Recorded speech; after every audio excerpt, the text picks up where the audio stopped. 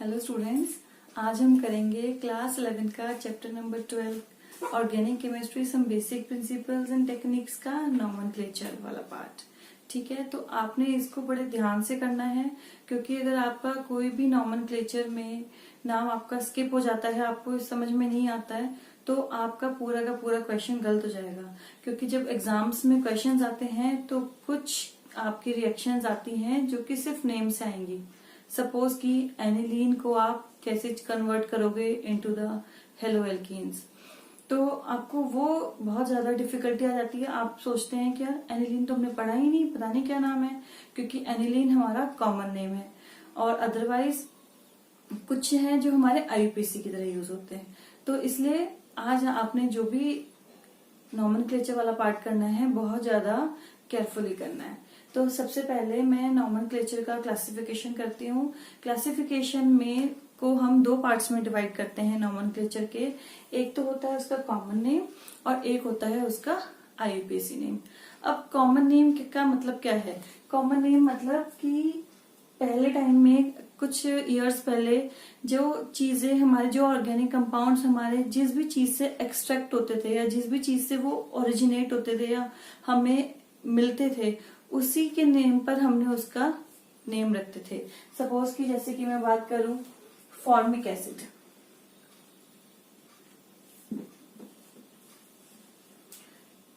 जो formic acid है वो हमारा मिलता है from the formicus. It is a formicus and formicus is a Latin word जिसका मतलब होता है रेड आंट। तो रेड आंट से ये एक्सट्रैक्ट किया गया था फॉर्मिक एसिड और उसी की वजह से कि फॉर्मिकस वर्ड से इसको फॉर्मिक एसिड नेम दिया गया। सेम ऐसे ही एक हमारा होता है विनेगर, आपने सुना ही होगा नाम, लेकिन जो विनेगर वर्ड है वो आया है फ्रॉम द लैटिन वर्ड एसिटम। तो विनेगर से हमने एक्सट्रैक्ट किया था एसिटिक एसिड, तो इसलिए इसका नेम हमने एसिटिक एसिड रख दिया। ऐसे करके बहुत सारी डिफरेंट हमारे कुछ कॉमन नेम्स हैं जो कि ओरिजिनेट हुए हैं जहां से भी उनको एक्सट्रैक्ट किया गया है। तो पहले तो हम यही कॉमन नेम्स लिखा करते थे, लेकिन उसके बाद आईयूपीएसी सिस्टम आया 1947 के अंदर, 1947, जिसका मतलब था international union of pure and applied chemistry. तो एक यूनियन बनाई गई और उन्होंने उसका नाम कॉमन नेम की वजह से ना रखकर उन्होंने अपने कुछ रूल्स बनाए और रूल्स के अकॉर्डिंग वो आईयूपीएसी नेम उसका रखा गया। लेकिन कुछ नेम हमारे कॉमन नेम्स ऐसे हैं जो कि आईयूपीएसी ने भी एक्सेप्ट किए गए हैं और वो उसको कॉमन नेम को यूज कर लेती है अपने आईयूपीएसी नेम की जगह। ठीक है, सपोज मैं आपको बोलूं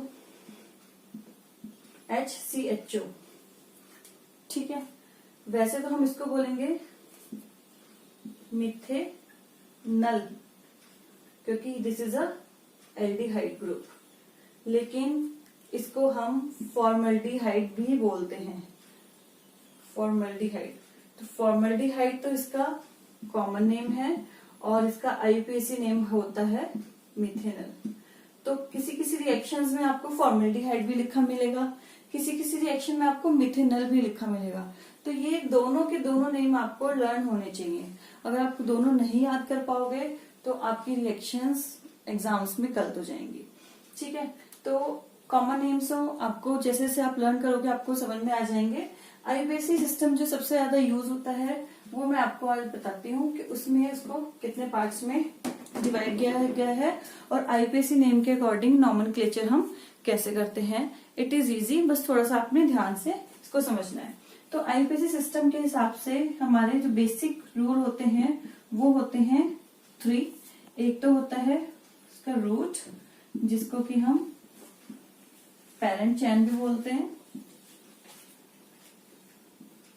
एक होता है हमारा सफिक्स एंड एक होता है हमारा प्रीफिक्स। ठीक है, रूट और पेरेंट चेन का मतलब क्या होता है कि हमारी जो चेन है किसी भी नेम की वो कितनी लॉन्ग है उसके हिसाब से हम पेरेंट चेन का नाम लेते हैं। सपोज मैं आपको एग्जांपल देके बताती हूँ।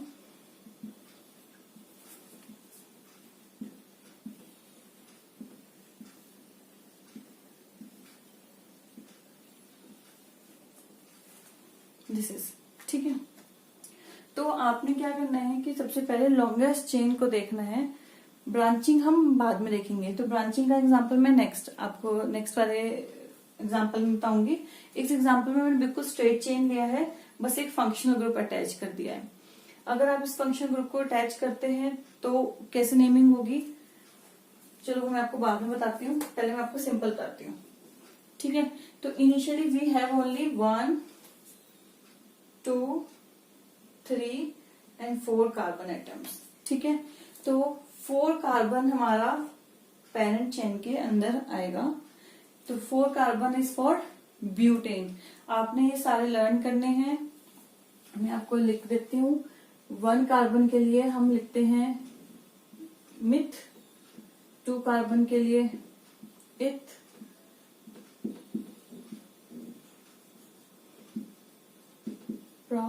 3 कार्बन, फिर but is for 4 carbon, 5 carbon के लिए वी यूज पेंट, 6 कार्बन के लिए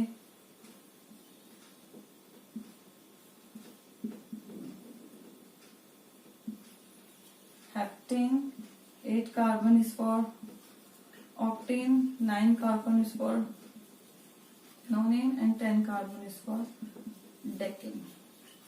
जो मैक्सिमम आपके यूज होते हैं वो हमारे 10 कार्बन तक ही होते हैं। इससे ज्यादा आगे कार्बन भी होते हैं, लेकिन आपको मैक्सिमम 10 कार्बन तक ही मोस्टली आते हैं, वो ही यूज करने हैं।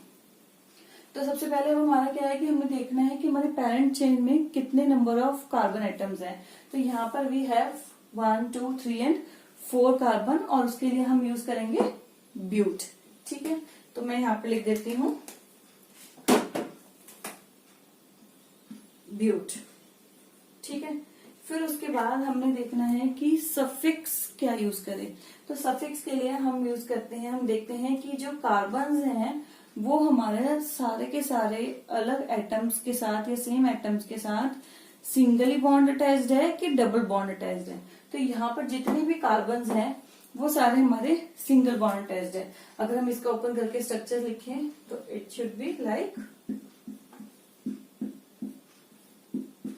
दिस, ठीक है। जो वैलेंसीज मैंने खाली छोड़ी हैं, दे स्टैंड फॉर H। तो आप इसको लिख भी सकते हो H को, अगर आप नहीं लिखोगे तो इट इज सेल्फ अंडरस्टूड कि यहाँ पर हमारे सारे H अटैच्ड हैं। तो सारे के सारे बॉन्ड्स कैसे हुए, सिंगल अटैच, और सिंगल अटैचमेंट के लिए सिंगल अगर हमारे सारे बॉन्ड्स होते हैं तो वी यूज उसके लिए एन, ठीक है। और प्रीफिक्स की हमें यहाँ पर जरूरत नहीं है, क्योंकि हमारे यहाँ पर कोई प्रीफिक्स है ही नहीं। प्रीफिक्स मतलब कि हमारा इसके साथ कोई फंक्शनल ग्रुप अगर अटैच्ड है तो वो भी हम उसमें लिखते हैं, या फिर अगर उसकी कोई ब्रांचिंग हुई भी है तो वो हम प्रीफिक्स के अंदर लिखते हैं। तो मैं आपको उसका एग्जाम्पल नेक्स्ट करके बताती हूँ। यहाँ तक आई होप कि सबका क्लियर हो गया होगा कि मैंने क्या बताना चाहा है, और इसको हम सिंपली नेमिंग कैसे करेंगे। इसी में अगर हमारे यहाँ पर कहीं पर डबल बॉन्ड होगा तो हम उसको लिखेंगे ब्यूट इन। सपोज अगर ये वाला ही एग्जांपल है और मैं इसमें बोलूं आपको कि यहाँ पर हमारा डबल बॉन्ड अटैच्ड है, ठीक है, यानी कि कार्बन तो 4 ही हैं लेकिन अटैचमेंट हो गई डबल बॉन्ड की। तो उस केस में हम क्या नाम लिखेंगे, ब्यूट तो आप लिखोगे, ठीक है।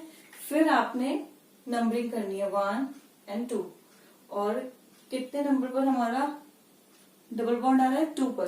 तो but 2 and ene, ene stand for double bond, और कौन सी पोजीशन पर है, ये है हमारा सेकंड पोजीशन पर, तो इसलिए हम इसको ब्यूट 2 इन लिखेंगे, ठीक है। यहाँ तक आपको सब कुछ क्लियर। ओके स्टूडेंट्स, फिर मैं कुछ आपको एग्जांपल्स लेके बताती हूँ जिससे कि आपको थोड़ा सा और ज्यादा क्लियर हो जाएगा कि रूट, प्रीफिक्स एंड सफिक्स के बारे में। तो सबसे पहले ये वाला एग्जांपल तो हमने कर ही लिया है कि we have a 4 carbon with a single bonds, तो इट इज अ ब्यूटेन, ठीक है। नेक्स्ट है हमारा ये स्ट्रक्चर। इस स्ट्रक्चर में क्या है कि 4 कार्बन तो है ही, लेकिन उसके साथ सेकेंड नंबर कार्बन पर एक क्लोरीन हमारा फंक्शनल ग्रुप अटैच्ड है। तो ये हमारा कोई भी फंक्शनल ग्रुप हो सकता है, it may be chlorine, it may be hydroxyl group, it may be carboxylic group, any one. तो यहाँ पे मैंने क्लोरीन अटैच किया है। तो इस केस में अब हम जो नंबरिंग करेंगे वो ऐसे करेंगे कि जो हमारा फंक्शनल ग्रुप है वो लीस्ट नंबर पर आए। लीस्ट नंबर मतलब कि अगर मैं इसकी फ्रॉम द लेफ्ट साइड से नंबरिंग स्टार्ट करती हूँ तो from this side it is 1 number carbon और इधर से 2 नंबर कार्बन पर अटैच्ड है from left side.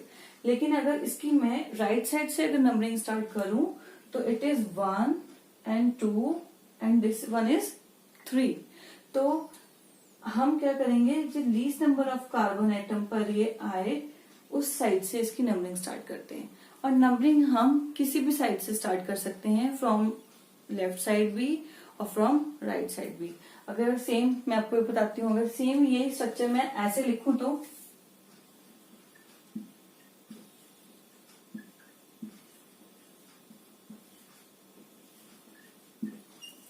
Is this same? Yes, it is same. अब हम क्या करेंगे, अभी तो मैंने इस वाले स्ट्रक्चर में फर्स्ट लेफ्ट साइड से स्टार्ट की थी नंबरिंग।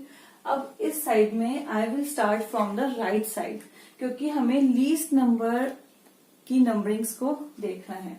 तो यहाँ पर इस केस में this is 1 number carbon, this is 2 number carbon पर हमारा क्लोरीन अटैच्ड है। तो इसलिए हम किधर भी साइड से नंबरिंग कर सकते हैं, लेकिन बस उसका नंबर लीस्ट आना चाहिए जो भी फंक्शनल ग्रुप कार्बन पर अटैच्ड होगा। तो सपोज अगर हम दोनों के इस केस में बात करें तो हमारे टोटल कार्बन्स कितने हुए, 1 2 3 एंड 4। तो टोटल नंबर कार्बन्स का मतलब हो गया 4 and 4 we use for the but. तो हमने यहाँ पर ब्यूट लिख दिया। फिर हम देखेंगे कि हमारा सफिक्स क्या है। सफिक्स मतलब कि नंबर ऑफ बॉन्ड जो है वो हमारे कितने हैं, और डबल है या सिंगल है या ट्रिपल है। तो इस केस में अगर आपको क्लियर ना हो कि ये स्ट्रक्चर में मैम ने तो बोल दिया कि सारे के सारे सिंगल बॉन्ड्स हैं, लेकिन कैसे होंगे, तो उस केस में आपको ओपन करके स्ट्रक्चर लिखना है। ओपन करके लिखने से आपको क्लियर हो जाएगा। आप यहाँ पर कोई भी एच या कोई भी आइटम को कम ज्यादा नहीं कर सकते हो, जितने उन्होंने दिए हुए हैं आप उसके अकॉर्डिंग ही इसको करोगे। तो सपोज मैं अगर इसका ओपन करके स्ट्रक्चर लिखती हूँ तो वो क्या होगा, दिस सी कितने एच अटैच्ड है, 3 एच हमारे अटैच्ड है, हमने कर दिए। नेक्स्ट हमारा अगेन फिर सी है और उसके साथ एक इधर एच अटैच्ड है, नीचे क्लोरीन, और फर्दर फिर again it is attach with the C, then एक एच डाउन, एक up, again it is attach with the C and with 3 H.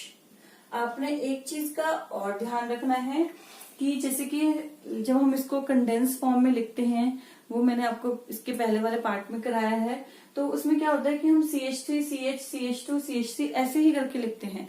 तो आपको आप ये नहीं समझोगे कि जो ये C है ये आगे H के साथ अटैच्ड है।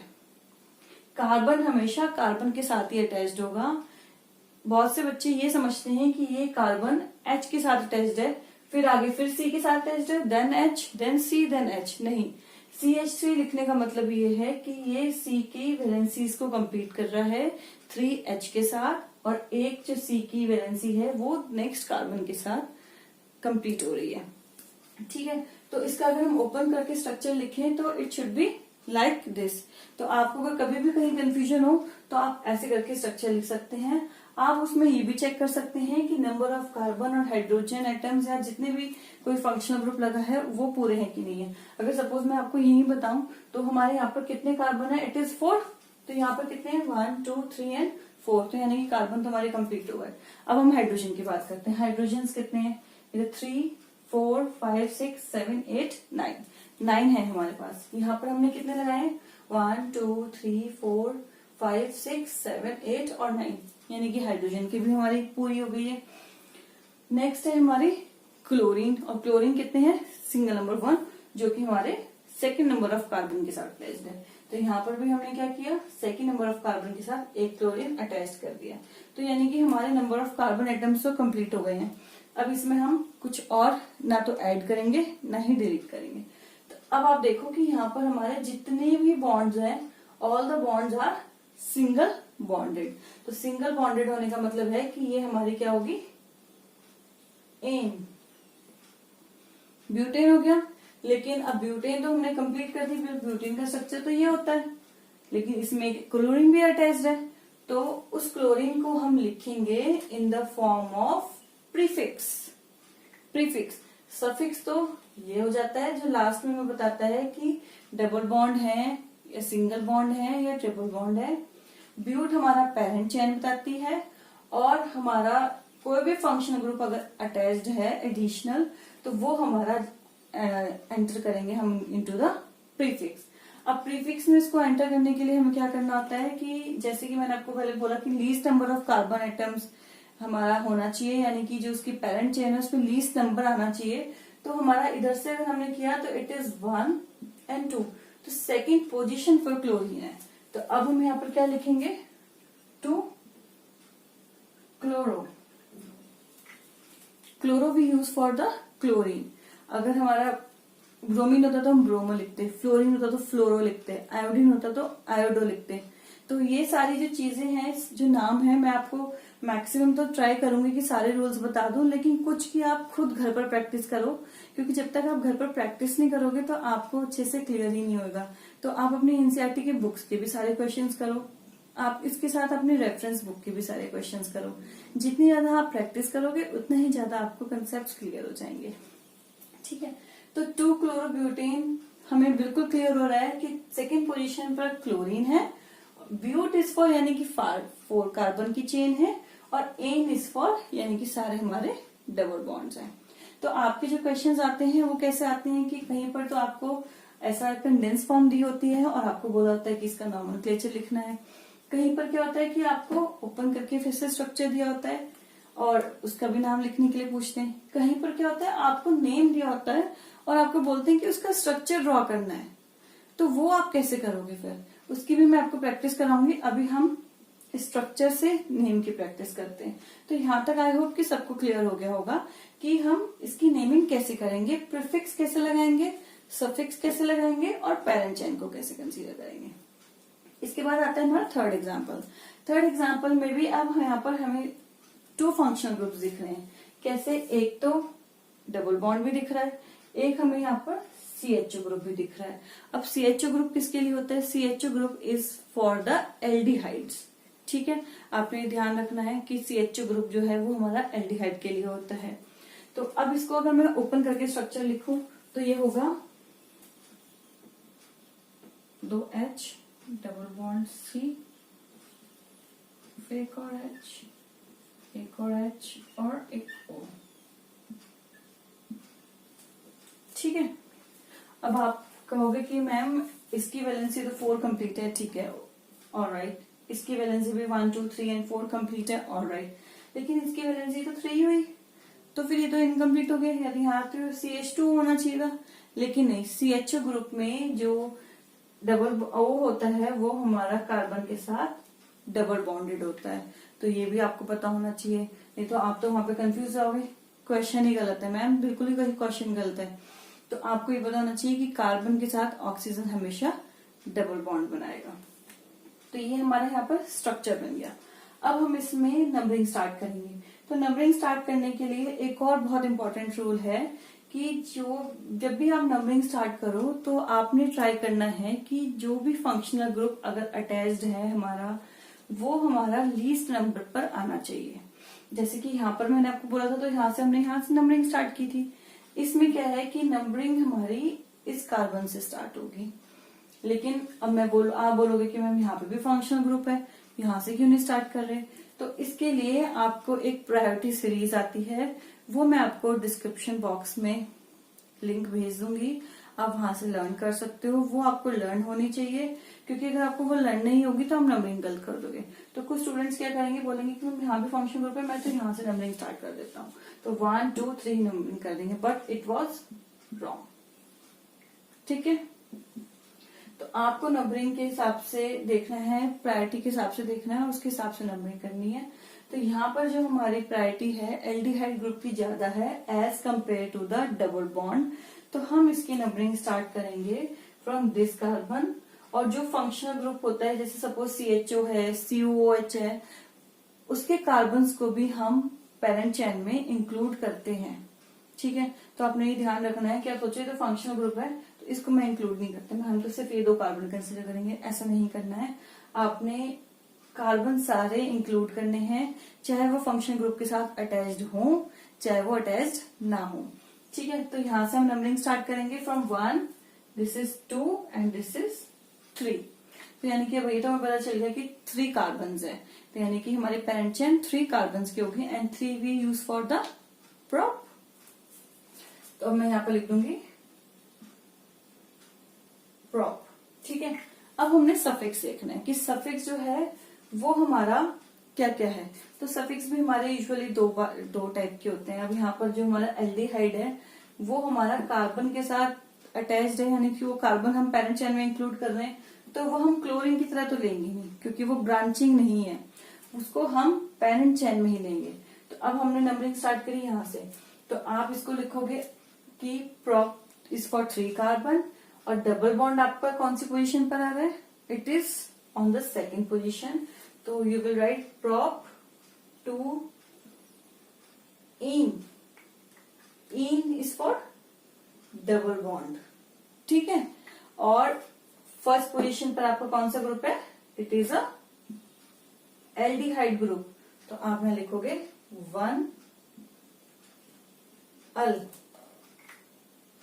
ठीक है, तो अगर मैं इसके अकॉर्डिंग आपको बताऊं, ब्यूटेन के अकॉर्डिंग बताऊं, तो ये जो ब्यूट हमने लिखा ये तो प्रॉप हो गया।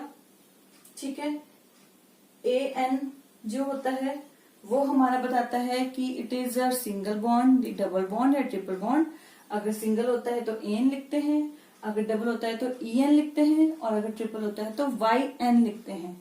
और जो लास्ट वाला E है ये हमें बताता है कि कोई और एडिशनल फंक्शनल ग्रुप तो नहीं अटैच्ड है, तो वो हमारा अटैच था क्या, एल्डिहाइड, तो इसलिए मैंने यहाँ पर AL लिख दिया। तो this E is replace with this al, al हम लिखते हैं एल्डिहाइड के लिए।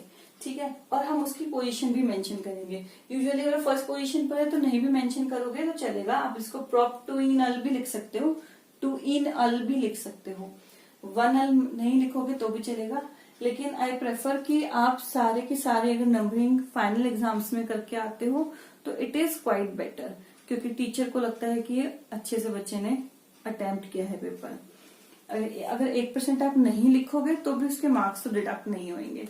ठीक है, तो ये आपको क्लियर हो गया है कि prop 2 in एंड 1 अल, यानी कि अब हमें इसको, अगर मैं ये नेम देख के आपके से बात करूं और आपको बोलूं कि आपने स्टूडेंट्स prop 2 in 1 अल का स्ट्रक्चर बनाना है तो आप बना पाओगे, यस बना दोगे आप, क्योंकि prop के लिए आप 3 कार्बन चेन ले लोगे।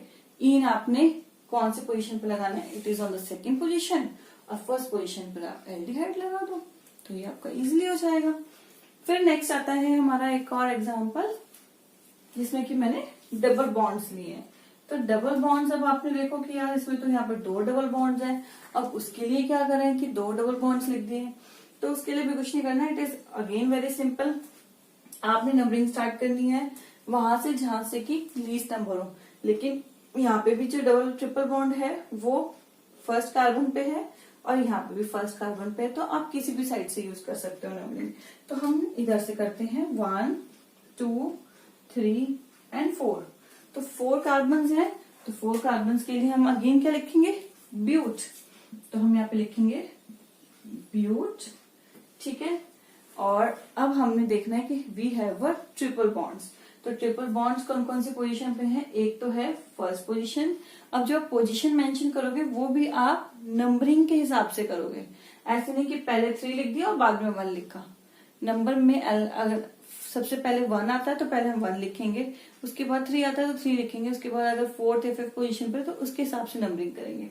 आप ऐसे लिखोगे कि ब्यूट 3 1 वाइन, ऐसे नहीं लिखोगे, आप इसको लिखोगे ब्यूट 1, हाइफन लगाना है आपने, फिर 1, उसके बाद कॉमा, देन 3 पर, और क्या है हमारा ट्रिपल बॉन्ड है तो YN, और लास्ट में कोई और फंक्शनल ग्रुप तो अटैच्ड है नहीं, तो इसको हम कर देंगे। तो इट इज आइन, तो इट इज ब्यूट 1,3-आइन। तो हमारा ये बहुत सिंपली आपने अटेम्प्ट कर लिया। तो आपने इसलिए बस थोड़ा सा केयरफुली करना है, आपने रूल्स को बड़ा इजीली अंडरस्टैंड करना है। अगर आप कहीं पे भी कुछ भी मिक्स कर देते हो तो आपको बिल्कुल भी क्लियर नहीं हो पाएगा कि हमने कैसे कर दिया, क्या रूल किया, क्योंकि इसमें बहुत छोटी छोटी माइनर मिस्टेक्स बच्चे कर देते हैं। तो इसलिए मैं आपको बार बार बोल रही हूँ कि आपको इसकी मैक्सिमम प्रैक्टिस करनी है। मैंने यहाँ पे आपको 4-5 क्वेश्चन करा दिए, 10 करा दूंगी, 15-20 करा दूंगी, लेकिन उन 15-20 के अलावा भी हमारे बहुत ज्यादा वेरिएशंस हैं, बहुत सारे फंक्शनल ग्रुप्स हैं, बहुत सारी ब्रांचिंग होती हैं और बहुत सारी पेरेंट चेन भी हैं। तो उसकी प्रैक्टिस आप कैसे करते हो? विद द एनसीईआरटी बुक और विद आपकी जो भी रेफरेंस बुक आप यूज कर रहे हो उसमें से आपने करनी है, क्योंकि जितनी आप प्रैक्टिस करोगे उतना ही ज्यादा आपके लिए अच्छा है। और एक चीज आपने जरूर ध्यान करनी है कि ये जो आपकी नॉमेनक्लेचर आप 11th क्लास में कर रहे हो, सारी की सारी नॉमेनक्लेचर आपकी 12th क्लास में यूज होगी। तो अगर आप ये सोचोगे कि मैं ही चैप्टर स्किप कर दूं या मैं ऑर्गेनिक केमिस्ट्री स्किप कर देता हूँ इस बार और नेक्स्ट ईयर फिर मैं अपने आप हम लोग कर लेंगे, तो वो नहीं पॉसिबल है। क्योंकि जब तक आप इसको अच्छे से यहाँ पर अंडरस्टैंड नहीं करोगे तब तक आप 12th क्लास की ऑर्गेनिक केमिस्ट्री नहीं कर पाओगे। और 12th क्लास के ऑर्गेनिक केमिस्ट्री के 4 चैप्टर्स हैं और वो बहुत ज्यादा स्कोरिंग होते हैं, बहुत ज्यादा मार्क्स उसके आते हैं। तो इसलिए आपने 11th की बेस है ये ऑर्गेनिक केमिस्ट्री का, इसको बहुत केयरफुली करना है, ठीक है। और अगर आपको कोई भी डिफिकल्टी आती है तो आप मुझे कमेंट बॉक्स में बोल सकते हो, मैं आपको वहां पर उस लिंक्स तो सारे शेयर करूंगी ही। और बाकी अगर आपको कोई डिफिकल्टी है तो वो हम आके डिस्कस कर लेंगे, ठीक। तो स्टूडेंट्स कुछ एग्जांपल्स मैं आपको और लेके बताती हूँ ब्रांचिंग के। ब्रांचिंग हमारी यूजुअली हम अगर बात करते हैं तो वो मिथाइल या इथाइल ग्रुप की ही होती है, जो कि कार्बन और हाइड्रोजन की ही होते हैं। तो इसके मैंने यहाँ पर 3 एग्जांपल्स लिए हैं। तो इन 3 एग्जांपल्स में क्या है कि सबसे पहले जैसे कि मैंने आपको बोला है कि पेरेंट चेन ही हमें देखनी है। तो अगर मैं यहाँ पर इसकी नंबरिंग करती हूँ तो चाहे मैं इधर से नंबरिंग करूं लाइक 1, 2, 3, 4, 5, 6 एंड 7, तो हमारे 7 नंबर ऑफ कार्बन एटम्स आते हैं। और अगर मैं इसकी नंबरिंग करती हूँ फ्रॉम दिस साइड तो इट इज 1, 2, 3, 4, 5, 6 एंड 7। तो दोनों साइड से सेम ही नंबरिंग है और हमारा जो ब्रांचिंग है वो भी सेम नंबर पर आ रही है। अगर इधर से नंबरिंग कर रहे हैं तो कौन सी पोजीशन पर आ रही है? 3 एंड 5th। और अगर इधर से नंबरिंग कर रहे हैं तो 3rd पोजीशन पर एंड 5th पर आ रही है। तो यानी कि नंबरिंग तो हमारी दोनों तरफ से सेम ही है। लेकिन अब हमने क्या देखना है कि अगर तो हमारी अटैचमेंट यहाँ पर जो कि ब्रांचिंग हुई हुई है वो दोनों तरफ सेम है, फिर तो कोई डिफिकल्टी नहीं है, हम किधर से भी नंबरिंग करके और उसकी नेमिंग कर सकते हैं। लेकिन यहाँ पर एक मेजर प्रॉब्लम है कि एक तरफ तो हमारा इथाइल ग्रुप लगा हुआ है यानी कि CH2 CH3 है, तो this is a ethyl group, और एक तरफ हमारा लगा हुआ है मिथाइल ग्रुप। तो उस केस में हम जब नंबरिंग करेंगे तो नंबरिंग ऐसे करेंगे कि अल्फाबेटिकली यानी कि A to Z में जो पहले आता होगा वो हमारा लीस्ट नंबर पर आना चाहिए। आप समझ रहे हैं मैं क्या कह रही हूँ कि A to Z में जैसे कि इथाइल ग्रुप है, ये हमारा शुरू होता है E से एंड मिथाइल ग्रुप हमारा स्टार्ट होता है M से। तो अल्फाबेटिकली E हमारा पहले आता है, तो इसकी वजह से जब हम नंबरिंग करें तो ये वाला पार्ट हमारा least number of carbon atom के नंबर्स पर आए, ठीक है। तो अब हमारा जो नीचे वाला मैंने रेड कलर के पेन से लिखा है उस हिसाब से 3rd नंबर पर हमारा इथाइल आ रहा है, तो इसलिए हम इसको पहले लिखेंगे और ये हमारा प्रीफिक्स में आएगा। अब प्रीफिक्स में जब हम इसका नेम लिखेंगे तो कैसे लिखेंगे? हम इसका नेम लिखेंगे 3rd पोजीशन पर क्या है हमारा इथाइल एंड 5th पोजीशन पे है हमारा मिथाइल, ठीक है।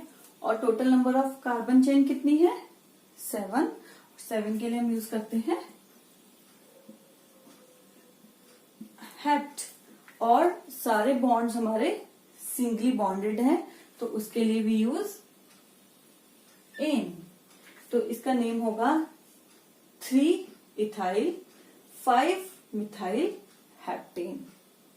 ठीक है, क्लियर आपको सब कुछ, इसमें कोई डाउट तो नहीं होना चाहिए, इट इज वेरी क्लियर। आपने जब नंबरिंग करनी है उसमें अल्फाबेटिकली जो पहले आता है उसको पहले लिखना है।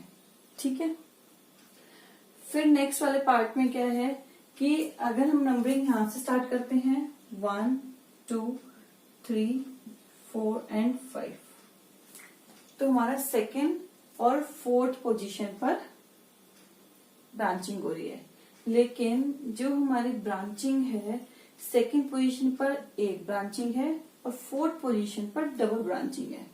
तो जिधर की तरफ से हमारी मैक्सिमम ब्रांचिंग हो और वो सबसे कम नंबर स्कोर कर सके, उधर से हम नंबरिंग स्टार्ट करेंगे।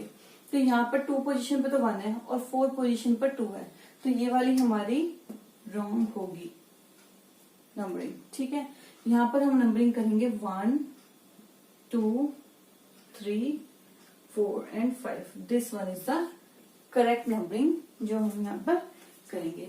क्यों? क्योंकि सेकेंड पोजीशन पर डबल ब्रांचिंग है। तो अब इसकी नेमिंग कैसे करेंगे? अब सबसे पहले हमने प्रीफिक्स लिखने हैं। प्रीफिक्स में हमारे पास क्या क्या है? 2 पर 2 फंक्शनल ग्रुप्स हैं, तो हम इसको लिखेंगे 2 एंड 2, और एक हमारा कौन सी पोजीशन पर है? 4th पर, तो हम इसको लिखेंगे कॉमा 4th। अब आपने मेंशन करना है कि आपके सेम फंक्शन ग्रुप है, फिर तो आप एक साथ ही लिख दोगे ट्राई मिथाइल, लेकिन अगर यहाँ पर अलग होते तो हम ऐसे मेंशन करते, जैसे कि 3 पर इथाइल है, 5 पर मिथाइल है, या फिर अगर क्लोरीन होता तो हम यहाँ पे लिख देते कि 2 डाइमिथाइल एंड 4 क्लोरो। लेकिन यहाँ पर हमारे पास तीनों जो ब्रांचिंग है वो सेम है, मिथाइल ग्रुप की है, तो तीनों नंबरिंग एक साथ लिखेंगे, डैश लगाएंगे, और कितने हैं हमारे पास? ट्राई, तो हम लिखेंगे ट्राई क्या है? मिथाइल। और अब कोई ब्रांचिंग और नहीं है, कोई और फंक्शनल ग्रुप नहीं है। अब हम पैरेंट चेन लिखेंगे, एंड पैरेंट चेन कितने हैं? 5 नंबर ऑफ कार्बन, तो and all are the single bonded, तो उसके लिए हम लिखेंगे एन। ठीक है, आप बिल्कुल क्लियर, इसको बहुत ध्यान से लिखना है। फिर नेक्स्ट एग्जांपल है हमारा दिस वन। इस एग्जांपल में क्या है कि यूजुअली बच्चों को ये होता है कि यार हमें बिल्कुल सेम सिंबल नंबरिंग ऐसे करनी है। बच्चे इसको क्या करते हैं? उठा के 1 2 3 4 एंड 5 ये नंबरिंग करेंगे, लेकिन this is totally wrong numbering. मैंने आपको बताया था कि parent chain maximum number of carbons को कवर करनी चाहिए, तो उसके लिए क्या होगा कि इधर से अगर हम नंबरिंग करें तो इट इज 5, लेकिन हम नंबरिंग यहां से भी तो कर सकते हैं फ्रॉम दिस कार्बन, क्योंकि ऐसे भी तो लिखा हो सकता है हमारा। तो अगर हम यहां से करें 1 2 एंड इट इज 3 4 5 एंड 6, तो हमारे एक कार्बन इंक्रीज हो गया। पहले 5 था, अब 6 हो गया, लेकिन और भी इंक्रीज हो सकता है। अगर हम नंबरिंग करें 1 2 3 4 5 6 एंड 7, अब कितने कार्बन हो गए? तो 7 हो गए, और एक नंबर इंक्रीज हो गया। और कोई ऑप्शन है? नहीं है। अगर हम ऐसे मूव करेंगे तो 4 ही हो जाएंगे, तो 1 2 3 एंड 4, तो मैक्सिमम हमारे 7 नंबर ऑफ कार्बन हैं, और हम इसी नंबरिंग को प्रेफर करेंगे क्योंकि हम चाहते हैं कि maximum number of carbon atoms हमारे पेरेंट चेन के अंदर आ जाए। तो अब हमारे 7 हो गए हैं। अब हमने इसकी ब्रांचिंग देखनी है, तो एक ब्रांचिंग है हमारी 3rd पोजीशन पर, एक ब्रांचिंग है हमारी 4th पोजीशन पर। ठीक है, और किस किस की है? 3rd पर मिथाइल की, 4th पर है हमारी इथाइल की। 2 कार्बन है तो इट इज इथाइल। तो जैसे कि इथाइल हम पहले लिखेंगे, अब हम लिखेंगे इसको 4 ethyl 2 methyl, and how many number of और कोई ब्रांचिंग है? नहीं। अब नंबर कितने हैं? 7। इसके लिए हम लिखेंगे hept and all the single bonds are bonded, तो एन। इस केस में हमने 4 इथाइल 2 मिथाइल और हेप्टेन लिखना है। तो आपको ये चीजें ध्यान रखनी है कि जो भी हमारी पेरेंट चेन हो वो मैक्सिमम नंबर ऑफ कार्बन्स को कवर कर ले और लीस्ट नंबर ऑफ हमारी ब्रांचिंग होनी चाहिए।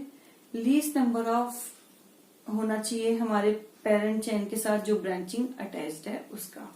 ठीक है, इसके साथ ऐसे बहुत सारे एग्जांपल्स हैं, वो आप प्रैक्टिस कर सकते हो।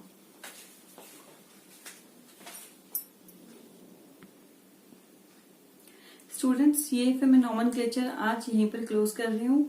अभी इसके थोड़े से और रूल्स हैं जो कि बेंजीन या एरोमेटिक के साथ यूज होते हैं, कंपाउंड्स के साथ, तो वो मैं आपको नेक्स्ट वीडियो में बताऊंगी। अगर इससे रिलेटेड आपको कोई क्वेरीज हैं तो आप मुझे कमेंट सेक्शन में बता सकते हैं और मेरे चैनल को लाइक सब्सक्राइब जरूर करें। Thank you.